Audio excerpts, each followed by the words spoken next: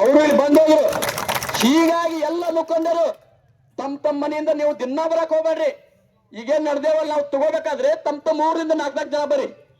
ನಮ್ಮ ಕಲಗಡಿ ತಾಲೂಕಿಂದ ನಾವು ಬರಾಕತ್ತೇವೆ. ಇದನ್ನು ಎಲ್ಲ ನಮ್ಮ ಮಾಜಿ ಶಾಸಕರು ನಮ್ಮ ಬೆಂಬಲ ನೀಡ್ಯಾರ.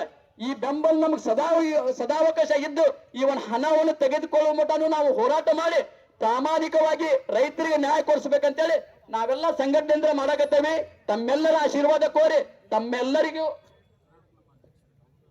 ನಮ್ಮ ಕುರುಬೂರು ಶಾಂತಕುಮಾರ್ ಅವರು ನಮ್ ಕಳಿಸಿ ಮನೆ ಕಮಿಷನರ್ ಮಾತಾಡಿ ನಂತರ ಅಲ್ಲಿಂದ ಮತ್ತೊಂದು ಕೋರ್ಟ್ಗೆ ಹೋಗ್ಬೇಕು.